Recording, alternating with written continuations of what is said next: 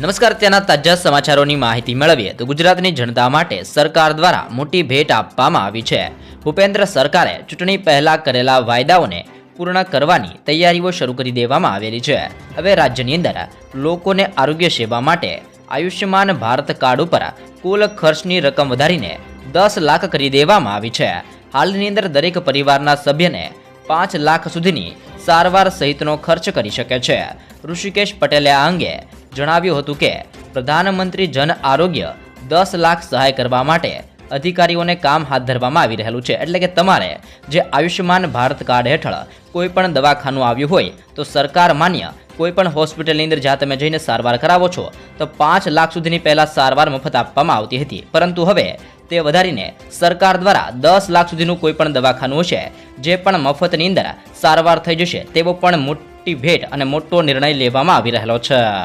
ત્યારબાદના સમાચારની માહિતી મેળવીએ તો ખેડૂતોને 12,000 રૂપિયાની સહાય પણ આપવામાં આવી રહી છે. કેન્દ્ર સરકાર દ્વારા ખેડૂતોને પ્રધાનમંત્રી કિસાન સન્માન નિધિ યોજના હેઠળ વાર્ષિક 6,000 રૂપિયા આપવામાં આવે છે. આ રકમ ખેડૂતોને આર્થિક રીતે મજબૂત કરવા માટે આપવામાં આવી રહી છે અને હવે આ જ રીતની યોજના મહારાષ્ટ્ર સરકાર દ્વારા પણ શરૂ કરવામાં આવી રહી છે, જેમાં મનોશેતકરી મહાસન્માન નિધિ યોજના હેઠળ 1.15 કરોડ ખેડૂતોને વાર્ષિક 6,000 રૂપિયા આપવાનો નિર્ણય પણ કરવામાં આવ્યો છે અને આમ કુલ ખેડૂતોને 12,000 રૂપિયા ખેડૂતોના ખાતાની અંદર ટ્રાન્સફર પણ કરવામાં આવશે તેવી પણ માહિતી સામે આવી છે.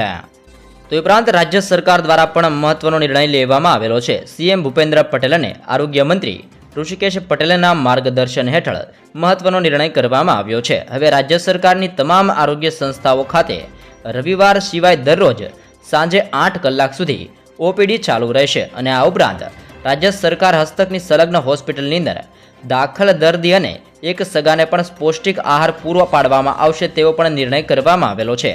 સરકાર દ્વારા આરોગ્ય સેવાઓને વધુ ગુણવત્તાયુક્ત બનાવવા માટે સઘન પ્રયત્નો પણ કરવામાં આવી રહેલા છે. ત્યારબાદના સમાચારમાં આગળ વધીએ તો રાજ્ય સરકાર દ્વારા મોટી ભેટ આપવામાં આવી રહેલી છે. રાજ્યના દિવ્યાંગોને મદદરૂપ થવા માટે રાજ્ય સરકાર અનેકવિધ નવતર પગલાં ભરી રહી છે અને જેના ભાગરૂપે રાજ્ય સરકાર દિવ્યાંગોને સહાયરૂપ થવા માટે જીએસઆરટીસીની તમામ બસો રાજ્ય બહાર મુસાફરી દરમિયાન બસ રૂટના રાજ્ય બહાર આવેલા છેલ્લા સ્ટેશન સુધી વિનામૂલ્યે મુસાફરી યોજનાનો લાભ આપવા માટે મહત્વપૂર્ણ નિર્ણય પણ કરેલો છે, જેના કારણે 3.18 લાખ દિવ્યાંગ બસ પાસ ધારકોને લાભ થવાનો છે અને રૂપિયા 2.5 કરોડનું ભારણ વધવાનું છે. અને જીએસઆરટીસીની તમામ બસો છે કે જે રાજ્યની બહાર 138 બસો અત્યારે દોડાવવામાં આવી રહી છે, જેની અંદર દિવ્યાંગોને વિનામૂલ્યે અત્યારે મુસાફરી કરી શકશે. એટલે કે એક રાજ્યમાંથી બીજા રાજ્યની અંદર જ્યારે દિવ્યાંગો જાય છે ત્યારે એને ટિકિટ લેવી પડશે નહીં તેવો પણ મોટો નિર્ણય સરકાર દ્વારા લેવામાં આવેલો છે. ત્યારબાદના સમાચારમાં નજર કરીએ તો ખેડૂતો માટે કૃષિ મંત્રી દ્વારા મોટો નિર્ણય લેવામાં આવેલો છે. કડકડતી ઠંડીની અંદર ખેડૂતોએ રાત્રે વીજળી માટે ખેતર જવું પડે છે. કૃષિ મંત્રીએ ખેડૂતો માટે રાહતના સમાચાર આપ્યા છે. હવે રવિ સિઝનની અંદર ખેડૂતોને દિવસે વીજળી આપવાની અંદર પ્રથમ તબક્કાનું જે કામ છે જે પણ પૂર્ણ કરી લેવામાં આવેલું છે. પ્રથમ તબક્કાની અંદર જંગલ વિસ્તારની અંદર ખેતી કરતા ખેડૂતોને દિવસે વીજળી આપવામાં આવશે. જંગલ વિસ્તારની અંદર જંગલી જાનવરોનો પણ ડર રહેતો હોય છે, જેથી 3 તબક્કાની અંદર દિવસે વીજળી આપવામાં આવશે જેવો પણ નિર્ણય કૃષિ મંત્રી દ્વારા લેવામાં આવેલો છે. ત્યારબાદના સમાચારમાં આગળ વધીએ તો વેપારીઓ માટે પણ ખુશખબર સામે આવી છે. કેન્દ્ર સરકાર દ્વારા ટૂંક સમયની અંદર જ કિસાન ક્રેડિટ કાર્ડની જેમ નાના વેપારીઓ માટે પણ વ્યાપાર ક્રેડિટ કાર્ડ યોજના તૈયાર કરવા જઈ રહેલી છે. સમિતિએ સૂક્ષ્મ લઘુ અને મધ્યમ ઉદ્યોગના મંત્રાલયના પોર્ટલ ઉપર નોંધાયેલા ઉદ્યોગ સાહસિકોને જે બિઝનેસ ક્રેડિટ કાર્ડ આપવાની ભલામણ કરી છે. આ કાર્ડથી નાના વેપારીઓને ઓછા વ્યાજ દરે 1 લાખ રૂપિયા સુધીની લોન સરળતાથી મળી જવાની છે. તો એ સાથે જ ખેડૂતો માટે પણ સારા સમાચાર સામે આવ્યા છે. ખેડૂતો માટે મહત્વના સમાચાર સામે આવી રહેલા છે. સૂત્રોના જણાવ્યા અનુસાર ભારત સરકારે ખાતરની સબસિડી ઘટાડવા અને ઉપલબ્ધતા વધારવા માટે ખાતર કંપનીઓને નેનો યુરિયાનું ઉત્પાદન વધારવા માટે સૂચનાઓ આપવામાં આવી રહી છે, જેથી ખેડૂતોને શ્રમ અને સમય વેડફાશે નહીં. આ નિર્ણયથી નેનો યુરિયાની અંદર 500 ગ્રામની બોટલ ઉપર 225 રૂપિયાની બચત થશે અને આ નિર્ણયથી ખેડૂતો માટે પ્રતિ થેલીએ 41 રૂપિયાની બચત પણ શક્ય થવાની છે. તો એ સાથે જ ત્યારબાદના જરૂરી સમાચારની અંદર આગળ વધીએ તો રેશન કાર્ડ ધારકો માટે પણ મોટા સમાચાર સામે આવ્યા છે. ઘઉંની અછતના કારણે રેશન કાર્ડ ધારકને ઓછા ઘઉં મળશે. પીએમ કિસાન ગરીબ કલ્યાણ અન્ન યોજના હેઠળ ઘઉંની જગ્યાએ ચોખાનું વિતરણ કરવામાં આવશે. ઉત્તર પ્રદેશ, કેરળ અને બિહાર રાજ્યની અંદર રેશન કાર્ડ ધારકને ઘઉંનું વિતરણ કરવામાં નહીં આવે. આ સિવાય ઉત્તરાખંડ, ગુજરાત, ઝારખંડ, દિલ્હી, મધ્યપ્રદેશ અને પશ્ચિમ બંગાળના કાર્ડ ધારકોને પહેલા કરતાં ઓછા ઘઉં મળશે તેવી પણ જાહેરાત કરવામાં આવેલી છે. તો એ સાથે જ વીજળી મીટરના ફિક્સ ચાર્જની અંદર પણ ઘટાડો કરવામાં આવેલો છે. ગુજરાત સરકારે ખેડૂતોના હિતની અંદર મહત્વનો નિર્ણય લેતા કૃષિ વીજ જોડાણના મીટરની અંદર ટેરિફ ફિક્સ ચાર્જની અંદર ઘટાડો કર્યો છે અને જેનો સીધો ફાયદો ખેડૂતોને થવાનો છે. નવા નિયમ મુજબ 7.5 હોર્સ પાવરના વીજ જોડાણની અંદર 50% ઘટાડો કરતા ₹10 પ્રતિ હોર્સ પાવરના આધારે, જ્યારે 7.5 હોર્સ પાવરથી વધુ હોર્સ પાવરના વીજ જોડાણની અંદર 75% ઘટાડો કરતા ₹5 પ્રતિ હોર્સ પાવરના આધારે ખેડૂતોને હવે વીજળી મળવાની છે.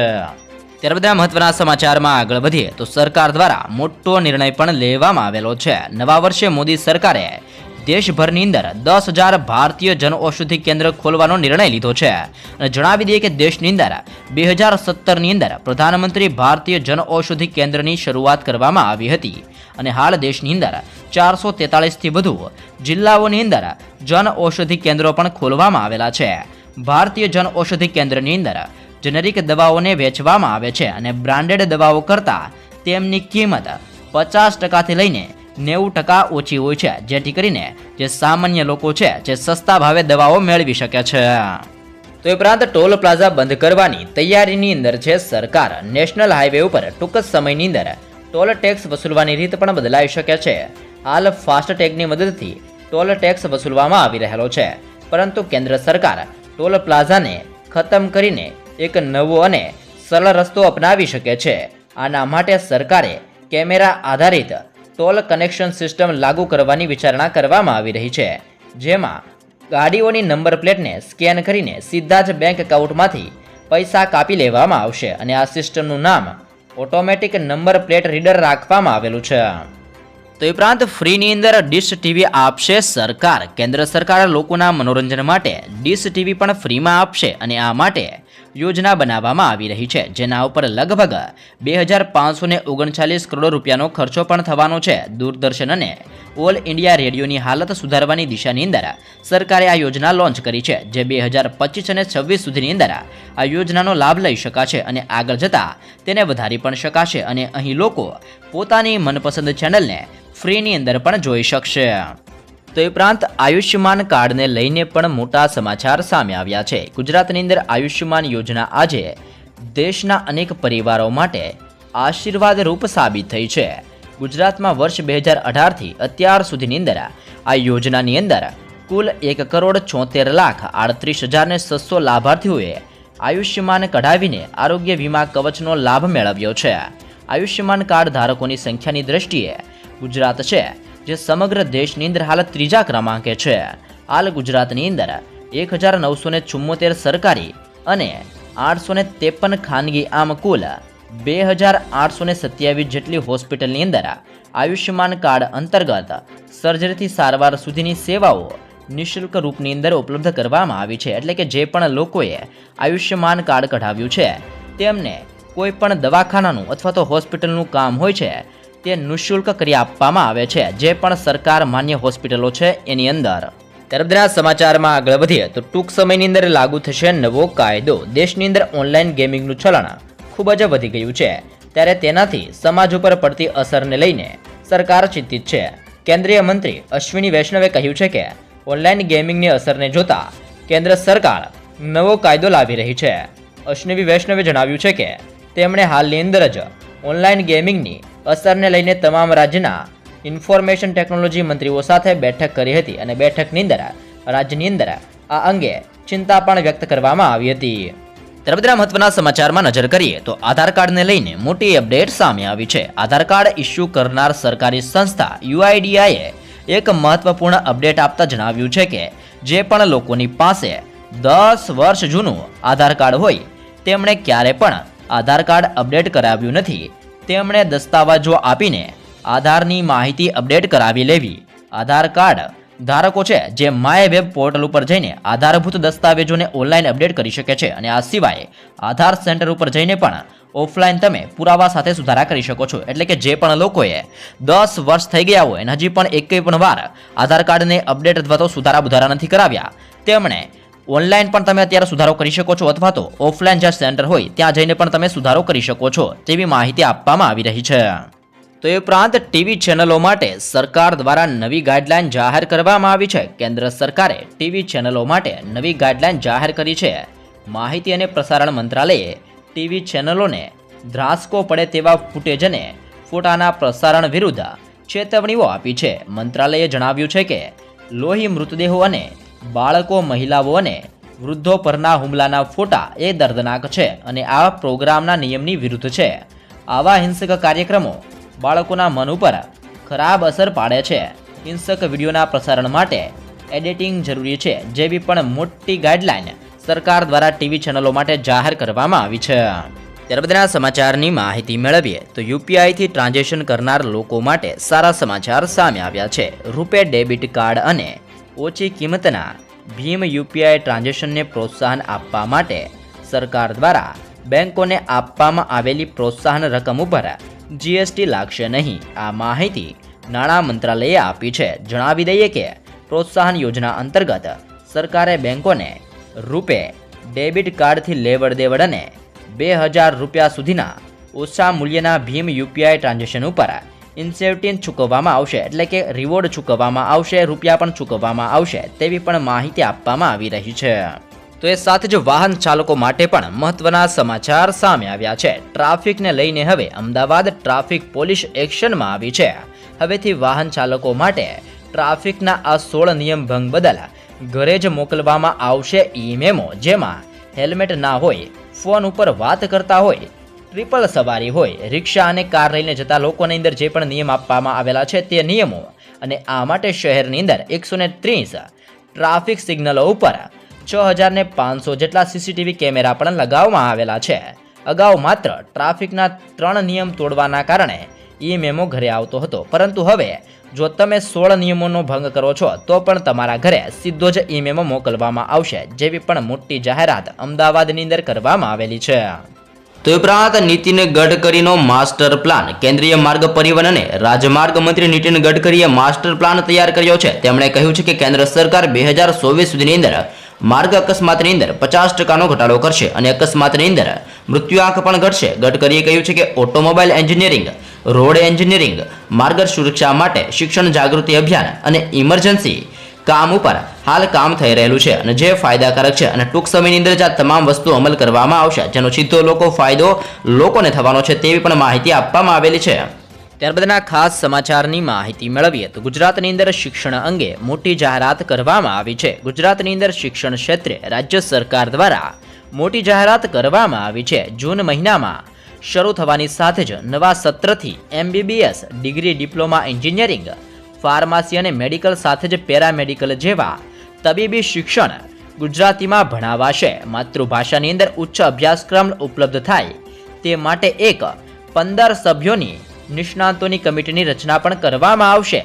નવી શૈક્ષણિક નીતિની અંદર વિદ્યાર્થીઓને તેમનું શિક્ષણ માતૃભાષાની અંદર ઉપલબ્ધ કરવામાં આવશે અને આ માહિતી ઋષિકેશ પટેલ દ્વારા આપવામાં આવી છે. એટલે કે જે પણ નવી ડિગ્રીઓ છે જેમ કે MBBSની ડિગ્રી હોય અથવા તો ડિપ્લોમા અને એન્જિનિયરિંગની ડિગ્રી હોય, સાથે જ ફાર્મસી અને પેરામેડિકલ જેવા જે પણ કોર્સો છે તે તમામ કોર્સોને ગુજરાતીની અંદર ભણાવવામાં આવશે જેવી પણ મોટી જાહેરાત શિક્ષણ વિભાગ દ્વારા કરવામાં આવી રહી છે.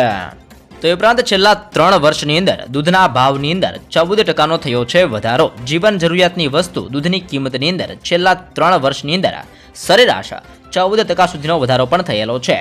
વર્ષ 2022 અને 21માં 1 લીટર દૂધનો સરેરાશ ભાવ 42.49 રૂપિયા હતો, જે વર્ષ 2022 અને 23ની અંદર 14.12% વધીને 48.49 રૂપિયા થઈ ગયો છે. દૂધની કિંમતમાં થતી વધઘટ ઉપર સરકારનું કોઈ પણ પ્રકારનું નિયંત્રણ નથી. જોકે સરકારનો પશુપાલન અને ડેરી વિભાગ દેશની અંદર દૂધની સ્થિતિ અંગે નિયમિત રૂપે સમીક્ષા અને નજર રાખતું હોવાનું કેન્દ્ર સરકારે લોકસભાની અંદર સ્વીકાર્યું છે અને આ મોંઘવારીના મારના કારણે સામાન્ય લોકોને જીવવું ખૂબ જ મુશ્કેલ બનતું જાય છે.